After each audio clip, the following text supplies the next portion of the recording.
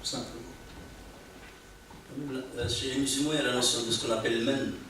Le men, c'est de faire de la charité envers quelqu'un et de la lui faire rappeler. Et il y a ce hadith qui est frappant du prophète qui dit que parmi ceux qui seront dans l'ombre de Dieu le jour où il n'y aura d'ombre que la sienne, il a cité 7 personnes, enfin 7 catégories de personnes, parmi lesquelles il y a celui qui donne l'aumône et qui la cache dans sa main droite pour que sa propre main gauche ne voit pas combien il a donné. Et ça rappelle quelque chose de chrétien.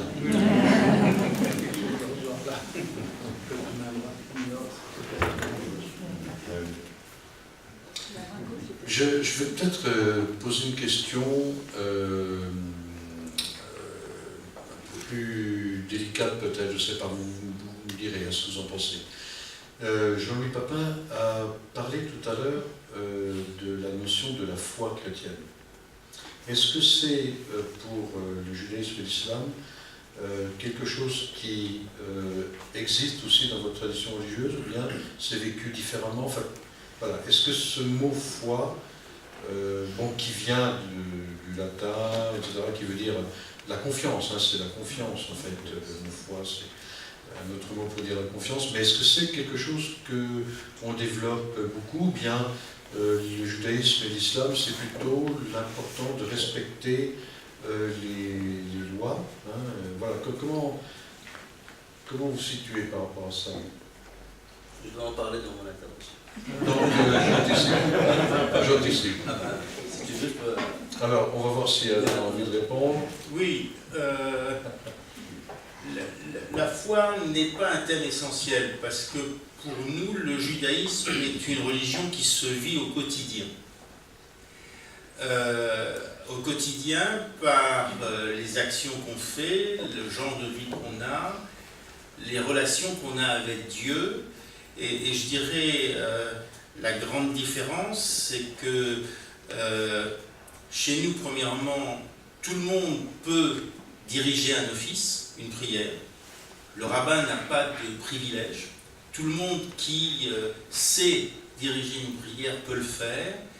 Et quand on a une parole, quand on demande par exemple à Yom Kippour qu'on absout nos péchés, c'est un dialogue direct avec Dieu.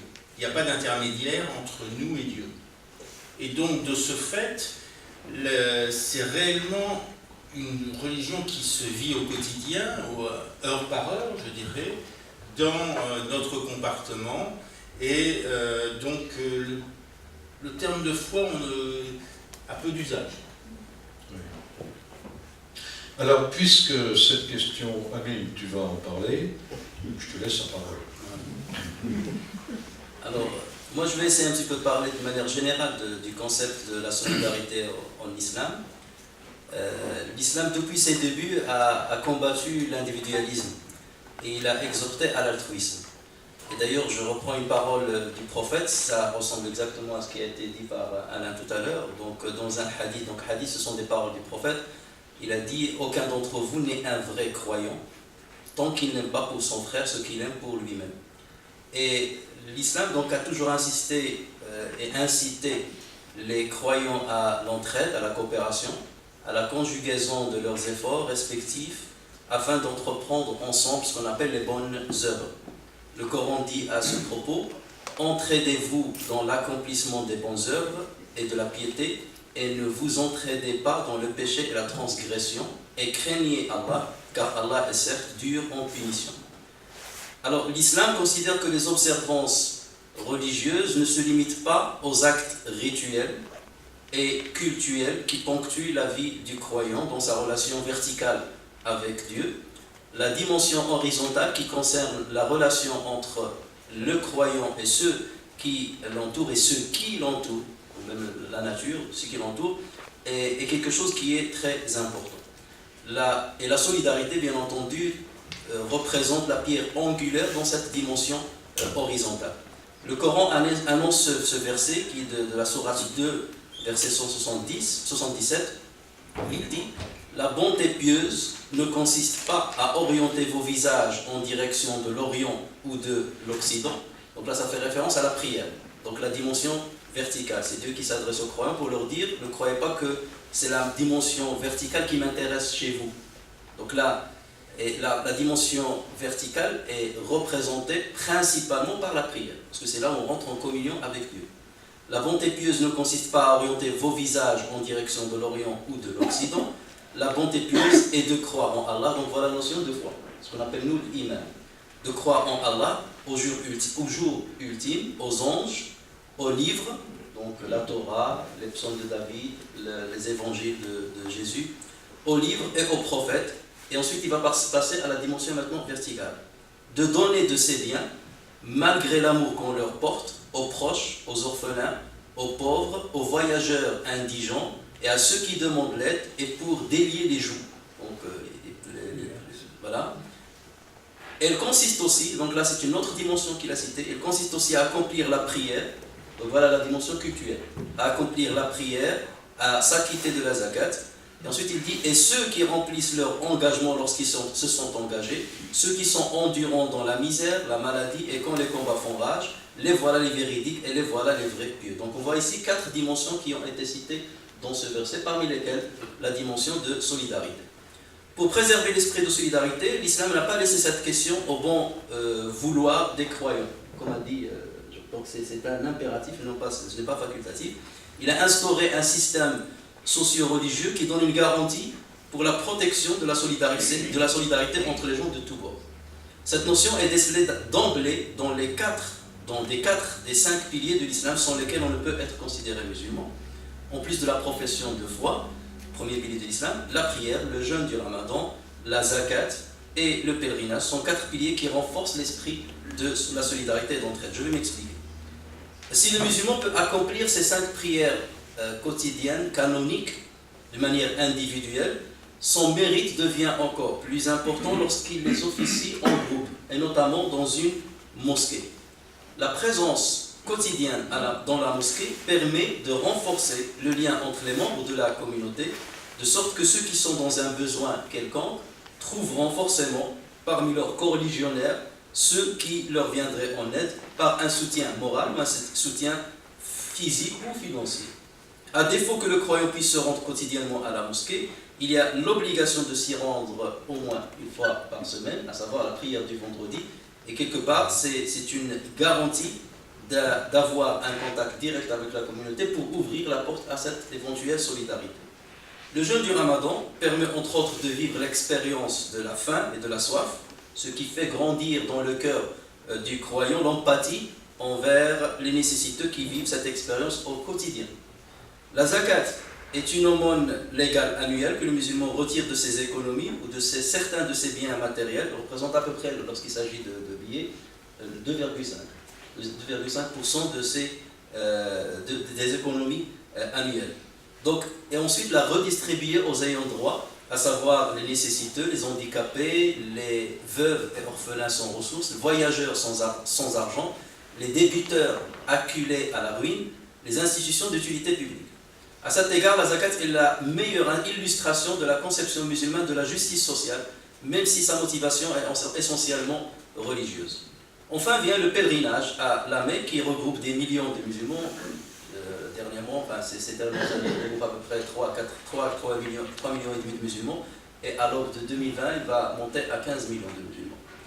Donc, des musulmans du monde entier, ce grand rassemblement annuel permet aux pèlerins de découvrir ceux qui partagent les mêmes principes que eux, même si leur couleur, leur ethnie, leur nationalité, leur expérience diffèrent. Et c'est d'ailleurs à l'occasion de son dernier pèlerinage, qu'on appelle le pèlerinage d'adieu, que le prophète a tenu un discours historique dans lequel il a, devant 100 000 pèlerins, et dans lequel il a tenu certains propos, que je vais citer quelques-uns. Ô gens, votre Seigneur est unique et votre ancêtre est un. Vous descendez tous d'Adam et Adam est né de la terre. Le plus noble d'entre vous aux yeux d'Allah est le plus pieux. Allah est omniscient et bien informé. Les hommes sont égaux entre eux comme les dents du peigne du tisserand. Un arabe n'a pas de supériorité sur un non-arabe que par la piété. Ai-je bien transmis le message? Mon Dieu soit témoin. Il a aboli donc, fin de citation, il a aboli par ses paroles les discriminations sous toutes leurs formes, parce que sans la notion d'égalité des hommes, il n'y a pas de solidarité. Ensuite, il a insisté sur la préservation du droit de la femme de l'esclave et du citoyen non musulman qu'il a nommé dhimmi. Malheureusement, les médias, cette notion de dhimmi lui attribuent une connotation plutôt péjorative. Alors qu'au contraire, la signification étymologique de dhimmi, ça veut dire celui qui est dans la protection de Dieu et de son prophète. Parce qu'il est non musulman, parce qu'il évolue dans une société majoritairement musulmane, il est protégé par Dieu et par son prophète. On ne peut pas lui nuire ou lui apporter du mal. Le progrès ne peut être au regard de l'islam uniquement économique ou scientifico-technique, il doit être surtout moral, spirituel et social. L'égalité et la justice sociale, résultat d'une volonté générale d'organiser et d'améliorer la condition humaine, contribuent au développement d'un certain réformisme social. Cette solidarité dans l'islam s'exprime de différentes manières. Ainsi, la vocation unitaire de la Ummah, ce qu'on appelle la Ummah, en tant que communauté humaine idéale, recèle-t-elle une double dimension spirituelle et sociale de la solidarité. Alors, le Coran a exhorté les musulmans à faire preuve de solidarité de différentes manières. Le Coran a dit par exemple: à ceux qui font largesse en secret et en public sur ce que nous leur avons attribué. Alors le nous, c'est on l'appelle, autant en français on trouve le vouvoiement. Le nous, donc c'est ce qu'on appelle le nous de la gloire. Dieu parle de lui en utilisant le pluriel. La première personne du pluriel. Donc, à ceux qui font largesse en secret et en public sur ce que nous leur avons attribué et repoussent le mal par le bien, à ceux-là, nous annonçons une bonne demeure finale, les jardins d'Éden.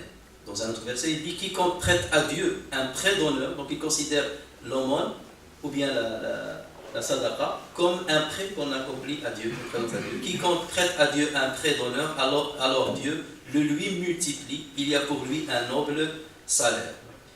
L'islam comprend le rôle négatif de l'avarice dans la vie d'une communauté. Il comprend que le recours à l'épargne, à l'accumulation et à la concentration des biens affaiblit la solidarité et l'unité de la communauté. Pour lui, ces activités sont intolérables. L'homme se rebelle dès qu'il se voit au large. Le Coran dit: prenez garde, vraiment l'homme devient rebelle dès qu'il estime qu'il peut se suffire à lui-même à cause de sa richesse. Alors, je termine par zakat, la notion de zakat. À travers zakat, qui est l'aumône légale obligatoire, qu'on appelle l'aumône purificatrice, et à travers les aumônes surérogatoires, les sociétés musulmanes ont développé un concept extraordinaire de solidarité qui s'appelle al-waqf. Alors, il s'agit d'une donation faite à perpétuité par un particulier à une œuvre d'utilité publique, pieuse ou charitable. Le bien donné en usufruit est dès lors placé sous séquestre et devient inaliénable. Avant ma mort, j'offre ma maison en tant qu'une charité pour toute la société. Cette maison, c'est les louer ou bien des terrains. Donc le bien généré par cette location-là doit être distribué à des œuvres bien précises, que moi-même je précise. Et ça reste justement une donation, donc de ma mort, donc jusqu'à toute l'éternité. La pratique des donations waqf a commencé à se répandre après la mort du prophète et s'est progressivement généralisée. Il pouvait s'agir de dons de terre, voire de grands domaines, de jardins, mais aussi de maisons d'habitation, de boutiques, de fours, de bains, de pressoirs, d'écuries, d'auberges, etc. Le waqf a permis d'institutionnaliser la solidarité dans la société islamique.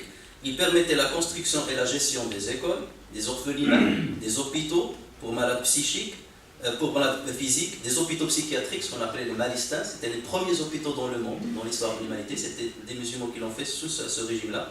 Des mosquées, des hôtels pour voyageurs sans ressources, des fontaines publiques, des bains publics, etc. L'État se contentait de se charger de la défense et de la politique extérieure. Et c'est le waqf, c'est la société qui s'occupait du reste. Et pour vous donner quelques exemples de ce qu'il y avait comme waqf, donc on peut tout imaginer, mais de là à imaginer certaines choses, c'est vraiment frappant. Il y avait des fonds réservés pour la gestion de maisons d'hôtes ouvertes pour l'hébergement temporaire des épouses femmes, qui se disputent avec leur mari, afin de les empêcher d'aller chez leur famille par peur que le conflit s'aggrave. Et c'était donc une manière de protéger justement les couples. Il y avait des fonds réservés pour soigner les petits cigognes qui tombent et se blessent lors de leur premier envol. il y avait, là je vous cite seulement vraiment des exemples insolites. Il y avait des fonds dédiés aux voyageurs non musulmans sans ressources pour préserver sa dignité et l'empêcher de se sentir obligé de mendier auprès des musulmans. Il y avait une aumône spéciale pour les bains publics qui était gratuit pour ceux qui ne possédaient pas une salle de bain chez eux. Le but étant de permettre aux indigents d'accomplir leurs ablutions rituelles dans de bonnes conditions pour ne pas faillir à leur devoir de prière. Il y a énormément d'exemples qui sont plus étonnants les uns que les autres et qui ont montré un savoir-faire dans ce domaine-là qui est exceptionnel. Malheureusement, ce système de loi va commencer à régresser depuis que la majorité des pays musulmans ont été colonisés par les États européens, puisqu'ils ont trouvé qu'il y a une vraie manne financière dans ce concept-là. Et donc il y a une mainmise quelque part sur ce système-là, ce dispositif. Et c'est pour cela qu'il y a une régression, mais maintenant il y a une revivification de ce processus. Il y a des pays maintenant qui sont très très développés à ce niveau-là et qui ont justement donné une nouvelle vie à ce principe qui fait partie intégrante de la conception de solidarité en islam. Voilà. Merci. Alors, peut-être Jean-Louis. Il y aurait beaucoup de choses à dire. Oui. Une chose rapide, j'ai été quand même marqué par le fait que ton usage de l'expression les ayants droit par rapport aux biens que chacun peut posséder. Dans notre tête, et moi-même, je pense les ayants droit, alors moi je dirais ce serait mes neveux, ce serait. Voilà, donc ça reste dans la famille. Or, les ayants droit, tu as dit, c'est les gens en difficulté, qui sont pauvres, en précarité, etc. Alors comment, du coup, ça m'intéresse, comment je les intègre, ou nous les intégrons les uns les autres, dans nos ayants droit. Alors, ça me semble vraiment. Il y a quoi à réfléchir. Le prophète disait, prends l'exemple du voisin par exemple, il y a un ayant droit. Le prophète disait, Dieu n'a cessé de me conseiller d'être solidaire avec mon voisin jusqu'au point où j'ai cru qu'il va le considérer comme un héritier légitime de mon argent, comme un héritier légitime.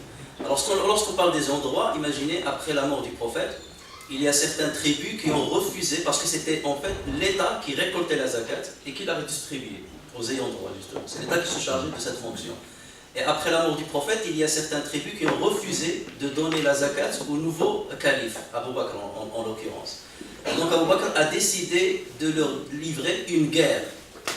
Et certains compagnons du prophète sont venus le voir, ils ont dit mais tu vas combattre des musulmans. C'est des gens qui prient, qui jeûnent, qui accomplissent le pèlerin, c'est des musulmans, ce sont nos frères. Et tu vas leur faire la guerre.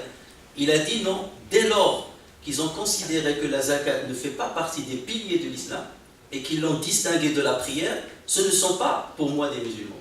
Et donc je les combattrai.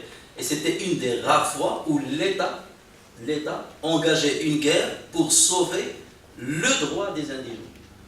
Donc ça va jusqu'à ce niveau-là, pour dire que non, ce n'est pas une question, comme on dit, facultative, mais ça va jusqu'à ce niveau-là. Donc lorsqu'on parle d'ayants droit, c'est vraiment des ayants droit.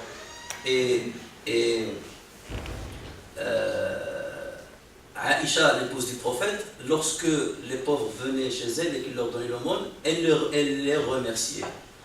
Et il disait toujours ceci, mais c'est à nous de vous remercier, pas l'inverse. Il a dit non, parce que vous m'avez permis de faire un legs et un prêt à Dieu. Et sans vous, je n'aurais jamais pu avoir accès à cette œuvre charitable, à ce privilège. Mais est-ce que tu peux préciser un petit peu quand tu distingues la société de l'État? Quand le fruit de l'aumône est reçu, qui gère exactement? Parce que pour moi, c'est pas très clair. Voilà. Alors, à la base, c'est l'État musulman. Lorsqu'on a un État ou un gouvernement, on peut l'appeler comme on veut, après la forme de diverger d'un pays à l'autre et d'une époque à une autre. En tout cas, c'est le gouvernement, on va dire le gouvernement. Donc c'est lui qui avait cette responsabilité de rassembler la zakat et de la redistribuer. Après, lorsque, à un moment de l'histoire, donc quelque part, certains États se sont déchargés de cette fonction, certains gouvernements se sont déchargés au fur et à mesure de cette fonction. Donc c'est resté quelque part au bon vouloir des musulmans. Mais toujours est-il que dans le Coran, regardez, lorsque Dieu parle justement à ceux qui prendraient le risque de ne pas s'acquitter de la zakat, il disait à ceux qui thésaurisent l'or et l'argent et ne le dépensent pas dans le sentier de Dieu, annonce un châtiment douloureux. Donc là, même s'ils ont échappé quelque part à la loi terrestre, ils n'échapperont pas à la loi divine. Donc c'est pour dire que c'est quelque chose, c'est quelque chose qui est principal et qui est important, qui représente un pilier dans la foi musulmane, sans laquelle on n'est pas croyant. Et le prophète disait ceci: n'est pas croyant, il l'a répété pas 3 fois, n'est pas croyant celui qui dort avec satiété alors que son voisin se tourne de faim. Il n'est pas croyant. Donc cette question de foi, justement, elle est très liée, par rapport à ce qu'il dit, la complétude de la foi se témoigne par la générosité vis-à-vis de l'autre. Donc il y a un lien très étroit. En tout cas, ce que je vois, c'est qu'effectivement, il y a un lien très fort entre l'action. Ta foi est morte. Légale. Une foi qui n'agit pas est une foi morte. Et ça rejoint, je pense, ce que disait Joël, à savoir que, bon, il y a l'expression foi ne vient peut-être pas chez vous autres, tu insistais pour dire ce qui importe c'est ce qui se vit dans le quotidien, et je crois qu'on dit à peu près la même chose lorsqu'on dit une foi qui n'agit pas est une foi morte. Il n'y a pas de foi. Voilà. Alors cette fois, je vais peut-être... Comment ? On va introduire ta intervention. Alors, vous avez très bien introduit. On avait bien préparé. Vous avez très bien préparé. Je voulais, parce qu'évidemment, comme je suis le dernier, je ne vais pas quand même redire des choses qui ont déjà été dites. C'est un peu un exercice un peu délicat. Je m'en doutais un peu, à vrai dire, ce serait délicat. Mais j'avais envie de prolonger 2-3 éléments. Le premier d'entre eux, c'est, comme tout bon protestant, c'est quand même la citation biblique. Le chrétien protestant ne peut pas réfléchir à quelque chose sans se référer au texte biblique, à le lire, l'interpréter, le comprendre et à le relire sans arrêt, ce qui nous vient du judaïsme, et voilà. Et le Coran, c'est la même chose, parce que j'ai suivi quelques études coraniques aussi à certains moments. C'est le même filon. Et j'avais envie de vous dire quelques versets bibliques parce qu'ils sont assez étonnants, me semble-t-il. Jean-Louis en a évoqué quelques-uns, Alain aussi. Par exemple, la question de la solidarité, elle s'est posée très vite aux toutes premières communautés chrétiennes. Et par exemple, il y a un livre biblique qui s'appelle le Livre des Actes, qui en fait état au chapitre 11, et on parle de collecte. Tout de suite, on cherche à faire en sorte que les croyants qui sont ici, qui sont là, il y a des questions de famine qui se posent, donc comment fait-on? Alors Barnabas partit ensuite pour Tarse afin d'y chercher Saül. Quand il l'eut trouvé, il l'amena à Antioche. Ils passèrent tous deux une année entière dans cette église et introduisirent dans la foi un grand nombre de personnes. C'est à Antioche que pour la première fois, les disciples furent appelés chrétiens.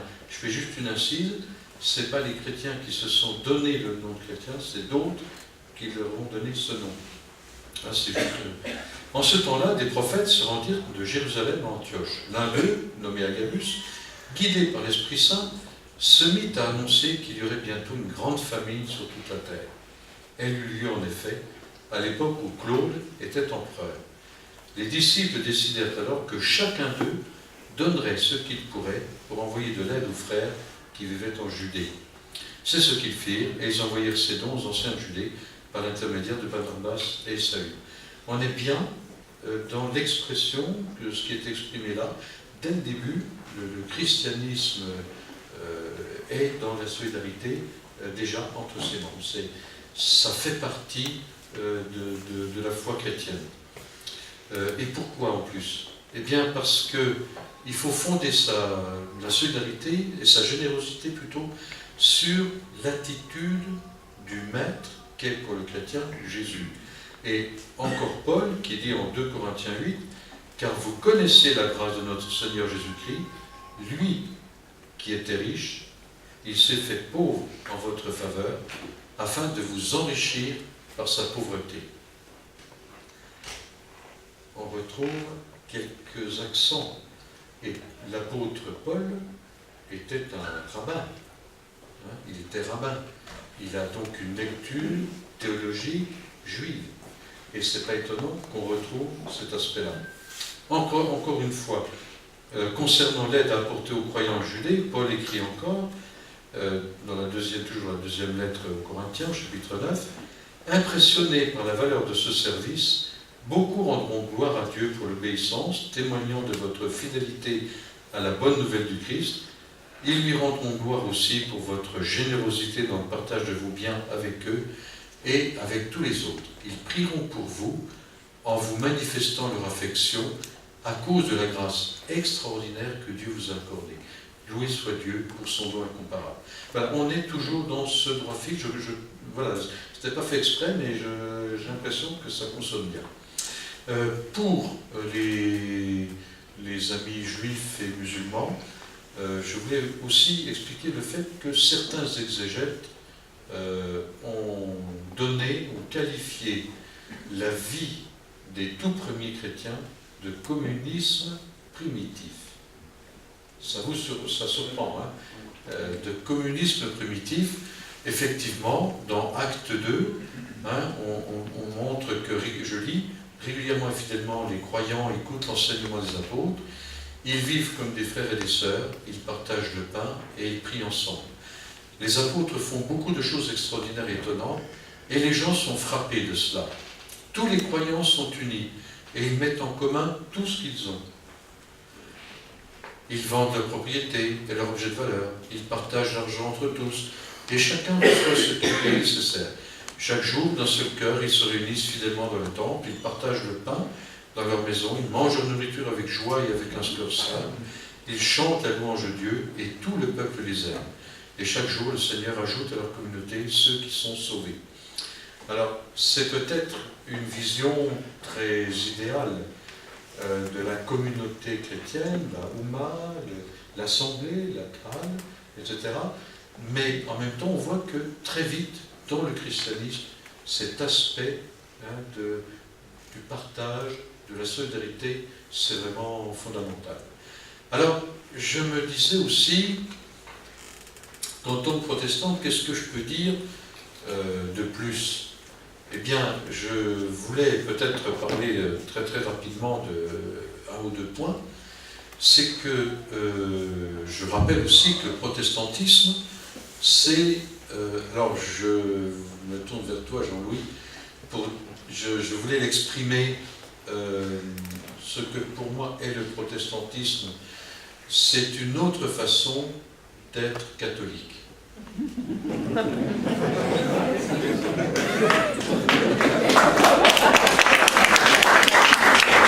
Mais simplement parce que peut-être que les musulmans dans la salle ne le savent pas clairement en tout cas, c'est que catholiques et protestants, le protestantisme est né dans le conflit. Enfin, l'Église catholique, elle a connu un conflit.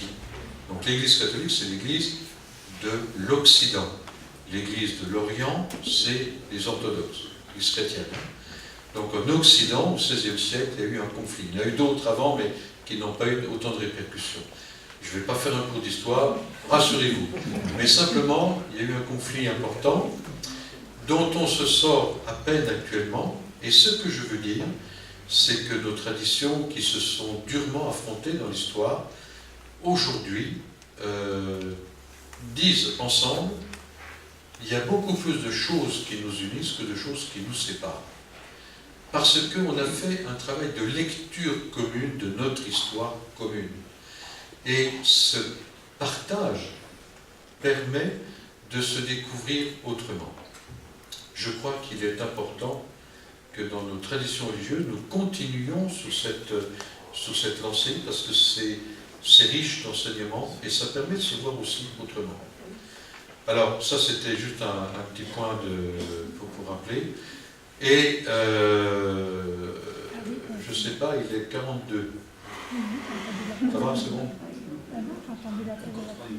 Encore 3 minutes. Voilà, t'es dur, hein? Là, t'es dur, hein? Alors, je vais commencer un point, c'est que le protestantisme a ceci de particulier, c'est que beaucoup trouvent qu'il a un regard pessimiste sur l'homme.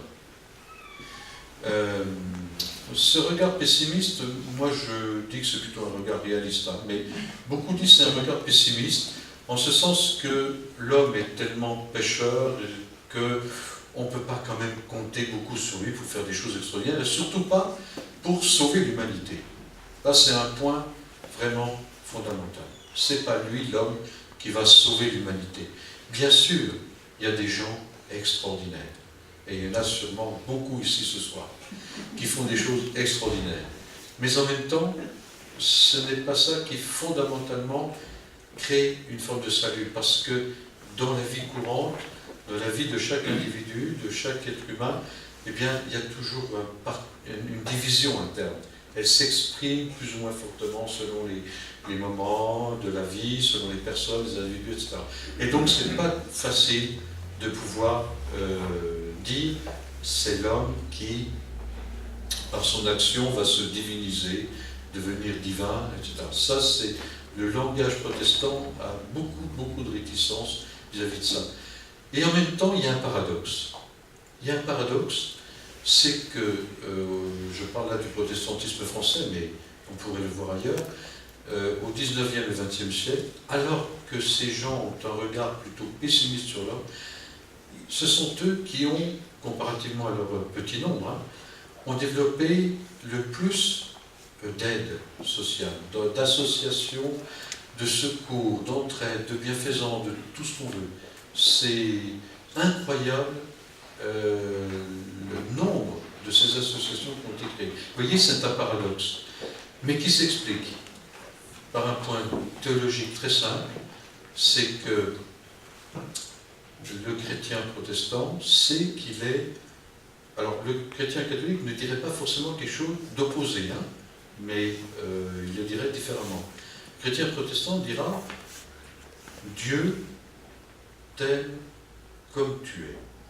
Il connaît parfaitement ce que tu es, qui tu es, ce qui t'habite, les bonnes choses, les mauvaises choses, et il te reçoit, il t'aime comme tu es. Et il t'aime non pas pour ce que tu fais, mais pour ce que tu es. » Et dès cet instant-là, le croyant entre dans une autre dynamique qui est de dire « Je suis profondément aimé comme je suis libéré pour aimer l'autre tel qu'il est et pour l'aider avec lui, le soutenir, faire quelque chose, dans le sens que nous avons dit jusqu'à présent.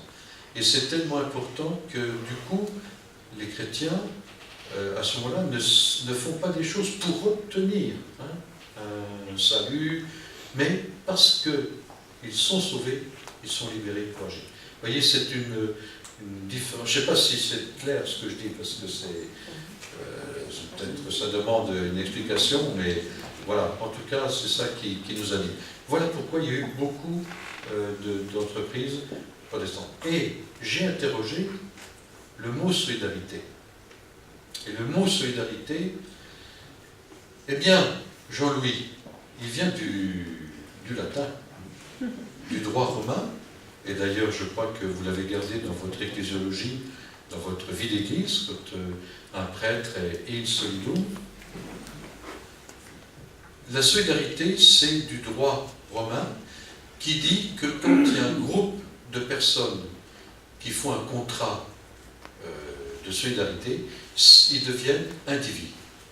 Et à partir de ce moment-là, ce qui est mis en commun, eh bien, est totalement partagé et pour tout le monde. Mais si l'un d'entre eux est défaillant, personne, on ne peut pas adapter, si vous voulez, le contrat en fonction des personnes. Le contrat de solidarité, c'est on est solidaire, il y en a un qui est défaillant, et bien les autres doivent se débrouiller. Voilà. C'est ça, on pourrait dire que c'est la devise du mousquetaire, tous pour un pour tous. C'est un petit peu ça qui est derrière. On est calme.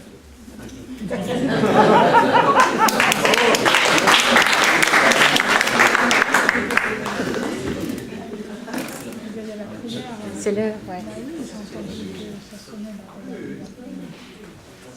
m'excuserez, on se reprend 5 Voilà. minutes pour faire la prière. Voilà, c'est un moment de pause.